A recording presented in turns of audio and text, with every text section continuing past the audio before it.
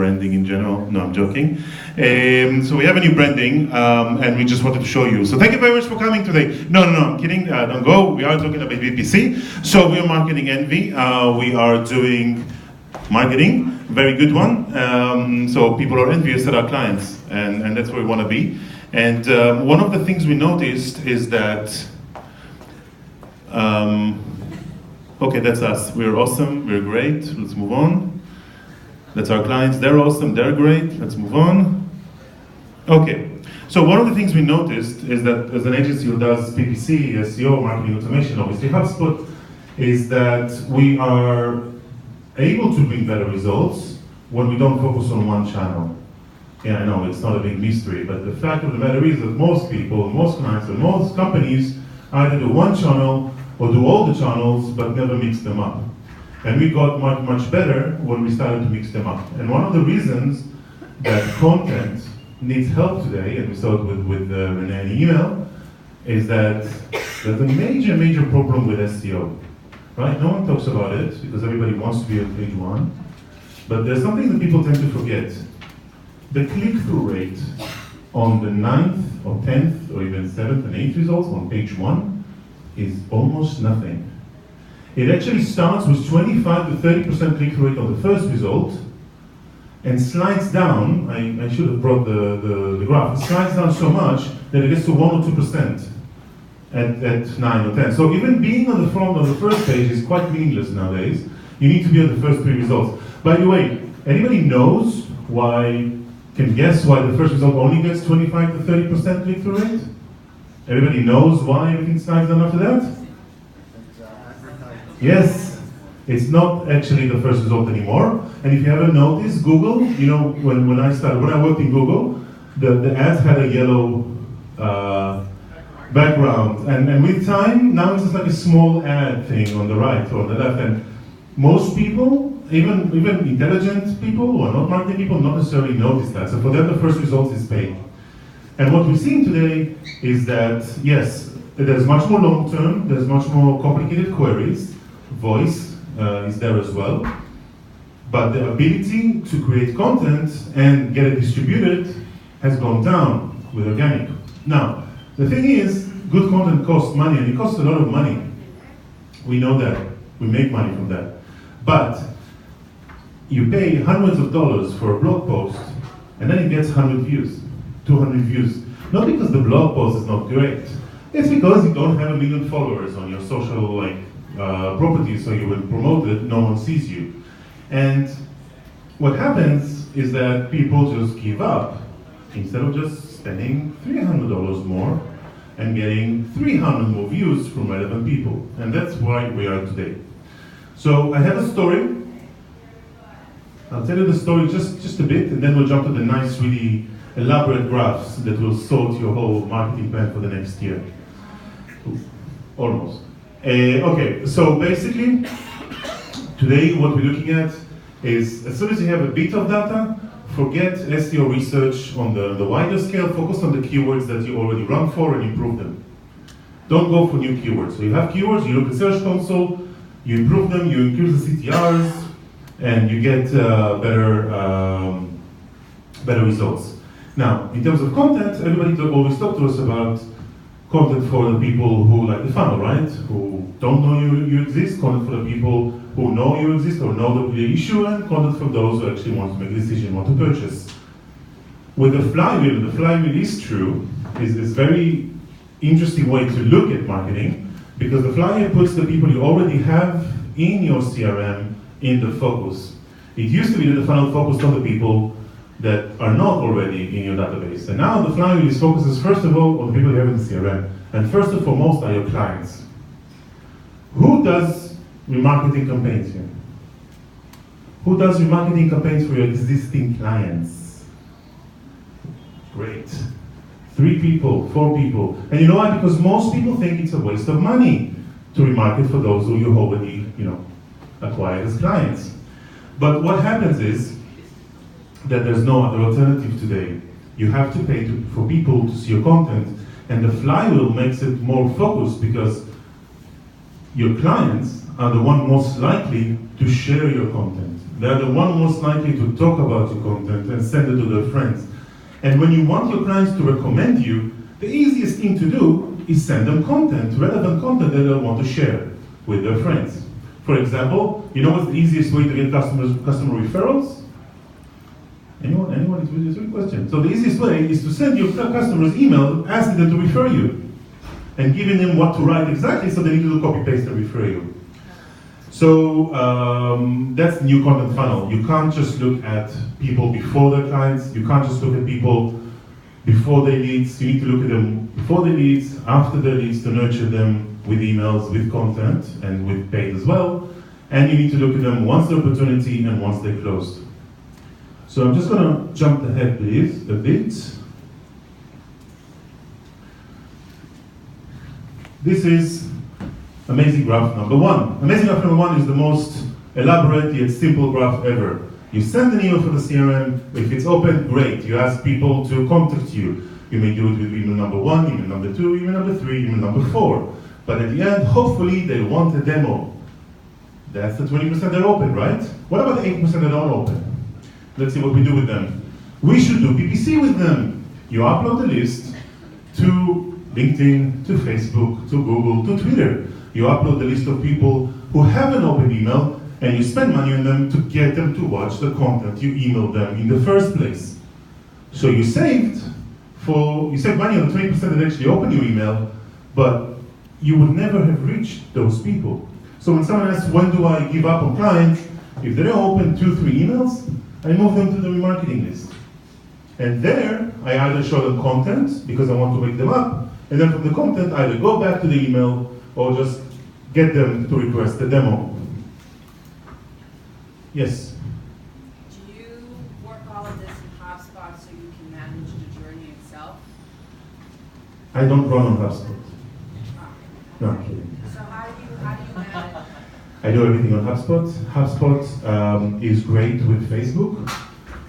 It does not recognize LinkedIn as an entity. LinkedIn advertising and HubSpot do not talk well together. They will hopefully in the future, so unfortunately I can't do everything automatically on HubSpot, but I generate lists from HubSpot. So something you can do on HubSpot is generate a list of those who didn't open email in the last month, export that list and upload it to LinkedIn. That would be a very easy thing to do. But then, I'm sorry, just a quick follow-up. The whole idea is that, you get signals and alerts on where someone is in their journey, right? So you can pick the right content, you can pick up the phone. So these are two systems that usually it's very hard to get to coincide. So if someone opened an email, that's easy, you see them in HubSpot, but then if they clicked on an ad in a platform that you don't see, you need to know which type of content they clicked on, especially if it's a demo offer, they got to the page and then didn't fill the form, right? So a year from now, that will change hopefully, because there's new platforms that are going to solve this, especially with view tags, but I'm looking at the people who registered. So if I'm interested in the people who actually submitted.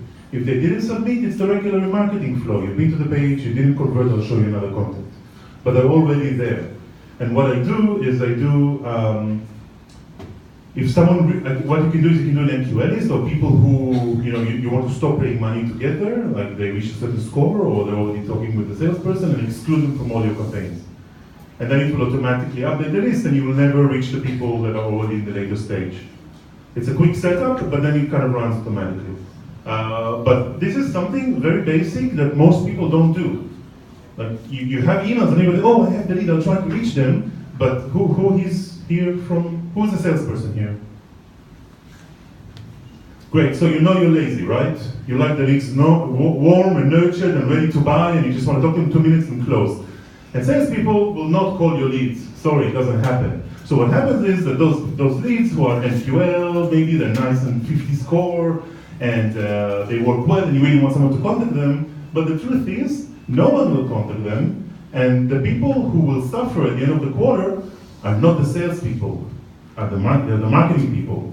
And so marketing people have to take ownership and trying to get those leads and wake them up again and again and again, because marketing is responsible. Doesn't matter if they shouldn't be, they are. The CEOs will put the responsibility over marketing if the leads are not warm enough for sales. And PPC is one of the best ways nowadays to get them to be warm enough. Again, open rate is usually 20 to 30%. What about the rest? this is how you deal with the rest. And it gets more complicated. I love complicated graphs, and thank you very much for Sharon, for my team that created this elaborate graph, elaborate whatever diagrams. So what we have here, you have people in the CRM, right? But what are the people who have not yet reached the CRM and are reading your amazing content and they visited the website? We're showing them an ad, right? And we show them we're already smart enough to show them remarketing ads based on if they've been to the pricing page, if they've been to request demo or didn't request a demo, if they just were at resources. We show them this content, right? So we know how to show them smart ads.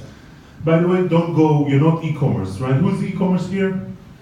Good, only one. Okay, so most of you are not e-commerce. You don't need more than 2 ads. Like most of you will never create more than 2 anyway, so just stop feeling guilty about it and go with 2 ads. If someone is doing pricing, send them an ad. If someone's been on requested them or resources, send them the same ad. You don't need to start differentiating ads, it will be too complex to manage for most budgets. So what happens is that someone visited the website, did not convert. What's the first thing we do? Most people will show them request a demo. Request a demo has 1 to 3% conversion rate. Content, especially done via lead generation forms on LinkedIn, will have 10 to 20% conversion. So if those people who came to the website did not request a demo immediately, the likelihood of them to request a demo a day after is not that high. Show them content, get them to your CRM. Once they're in your CRM, nurture them with PPC. They opened an email, great. They didn't open the email, continue with the flow. Any questions?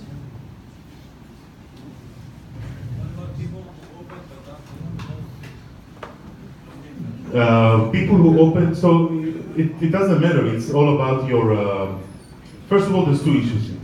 Fair question. If they open and don't click, then your email suck. So if you have the chance to try again to send them an email. I would focus on emails on that. Also, there is still an element of awareness. They will come back to your website. With HubSpot, you can see that. If you have people ongoingly never clicking, then you're sending the wrong thing. If people keep opening and not clicking, it's all about the email. Because they're interested enough to open. However, if you see that send mass emails that people open but not click, but you have tens of thousands of people, then I will put them in a specific list and send them a different offer. Because they're interested in your company, just not in what you have to offer them in the emails. Any more questions about this? There is one more complicated. Are you ready? Ta-da! So here, what's happening here is before they reach the website, we do PPC, right? This is the classic one. Let's get them into the funnel. This is top of the funnel. And once we get into a landing page, and please, unless you're on the specific 5% of the queries on Google that are intent-driven, don't show them ever request a demo. Reason is, even those leads will not be worth it. So, I need a victim, a pleasant victim. Yes, which company? And what do you do? Business development, marketing. Okay. And business development marketing, okay. And what do you, no, it's not a good example, sorry. Anyway, what is your perfect search on Google for people to find you? Not instead, except your brand name, of course. We don't advertise ourselves, only the products that we sell or distribute. So. Okay, so let's go theoretical. Theoretically, product with distribution would be a great query for you, right? People searching for product distribution for specific industry will be relevant. However, most people who look for product distribution want to know what product distribution is. Most people who look at vulnerability management want to know what vulnerability management is. They don't want a solution. So the only relevant queries are vulnerability managed solutions. That's the query you should put them on. On all the rest, show them content. And so all this thing is to show that everything is cyclical. You show an ad, you take it to a landing page, they visited the website, they converted, great, they go to the CRM, they didn't convert, not that bad. We show them again an ad with PPC, converted again to the CRM, open email, great, didn't open email, show them again PPC, because most of the people do not open emails, do not click on ads, do not click in emails, do not answer their phones, and generally are assholes. Come to think about it. So chase them, and chase them in a nice way, with giving content that is valuable. Get them to like you. Get them to search for you on Google later on. And the way to do that is with a mix of email, PPC, and good content. What's the rationale between connecting the landing page and the website? I mean, a person getting an offer through PPC, getting to a landing page with an offer, Yeah. and then how do they get to the website and why? Well, landing page and website and mine like it's kind of the same. Like it's something that's your ask that you have a pixel for doing it. How do you manage the removal of content? Like, The removal of content? yeah, contents that are already engaged with content, so you move them from your marketing list to one to another. So is it manual or? I'll tell you a secret. Average CTRs or good CTRs on LinkedIn and Facebook are 1%, right? And they go down. Does everybody agree with me in general on the 1% thing? Come on, between us, most of us would love to have 1% all the time, right? It means 99% of the people who see your ad don't click on it. What's the worst that will happen if you show someone the same ad with the same content? Honestly, nothing. So unless you're dealing with masses, it's not going to be the end of the world if people who have converters are going to see the same content, because it's hard to exclude them. You can do granularized campaigns in which a person who sees the content is excluded from that content and then shown other content. We call it content funnels. It's basically, you don't even think about demos, you just show people a series of 2-3 pieces of content in a row to convert them. All together? It's one of the most amazing, theoretically successful concepts of PPC ever. You know what's the problem? No one's doing that, way too hard, unmanageable. Right? Have you tried? Have you done the content funnels? Yes. With big budgets, yes. Small budget, not worth it. So, Any more questions? Because yes. At what point do you ask for the contact information? What do you mean confirmation? Contact information. Contact information? I always ask for contact information. I give you content, I want your phone. There's no like, I ask it here. I ask it here with pop-ups and with chat. I ask it here with the relevant content offer. And you know what, I even ask it when I already have your contact details, I still ask it. Because I have more things to ask you with advanced profiling and automatic profiling. So when people come and they're already in the database, I ask you different questions, just to get more information on you. And this is the deal. My time is up? Okay. This is an ad. This is tips for post-promotion. If you want tips, take a photo. I'm not gonna read them, my time is up.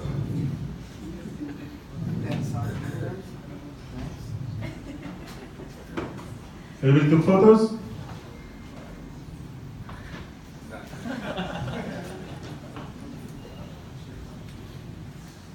Oh, one tip that's not here. Facebook moved to 1:1 ratio on ads now.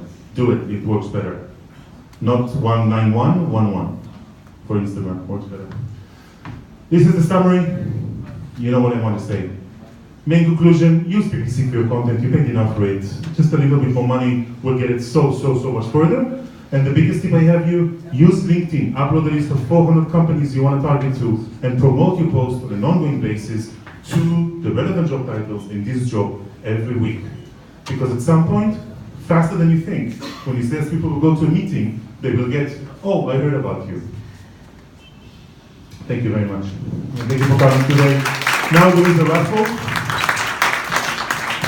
I'm now from World Digital Architects, and now for the part of the lead gen of the offline that we're doing. Yeah, she basically let me stand here all evening, and now when she gives prize, she goes in. So fair enough.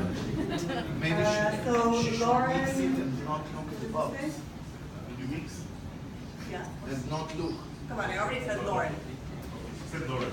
I don't know her. People, if you want to win raffles, develop this in handwriting. Next. All right. She's not supposed to look. Yes. Okay, sorry. So mix, close your eyes. Okay. Jillian. Oh, she's not here, but I'm accepting. The rules of the raffle are the ruals of the raffle. You want me to tell you I what she's also not here? put number of You're mixing it again. No, I'm kidding. What? I just chose two people. I just said they're not good. They have to be here. She has to be here. Sorry. Choose another one. Tell Jillian she knows. I'll give her a. Don't expect an answer back to your email. Courtney.